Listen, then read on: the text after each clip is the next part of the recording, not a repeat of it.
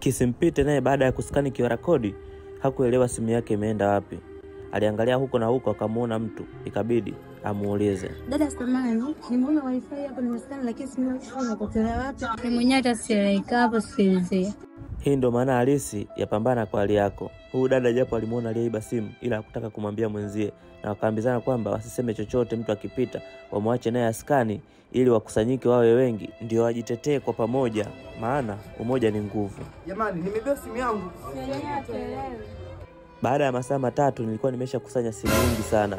Nikiwa na wasikiliza wao nje wakiendelea kujadiliana kwamba waje kufanya fujo.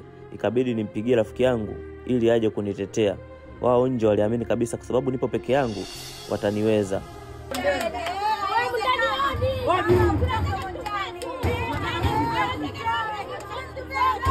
Baada ya kuona vurugu imezidi kuwa nyingi sana, ikabidi niingie ndani kwenda kupumzika nikimwachia msala rafiki yangu ambaye nimemuita nikiamini kabisa atawaweza.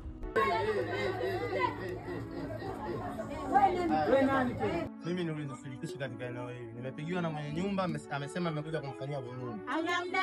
Hivyo basi. Hapa nina jambo moja, nipige simu kituoni, niripoti au muondoke wenyewe. Baada ya kuona kwamba wameshindwa kufua dafu kwa huyu sungusungu wa mchongo, ikabidi watawanyike na kumwachia Mungu. Mimi kwangu ilikuwa ni furaha kubwa sana. Haikuchukua hata dakika 3 ilibidi nitoke nje ili tugawane na rafiki yangu kile kitu ambacho tumekipata kwenye kazi yetu, maana tumefanya kazi kwa ushirikiano kwa pamoja.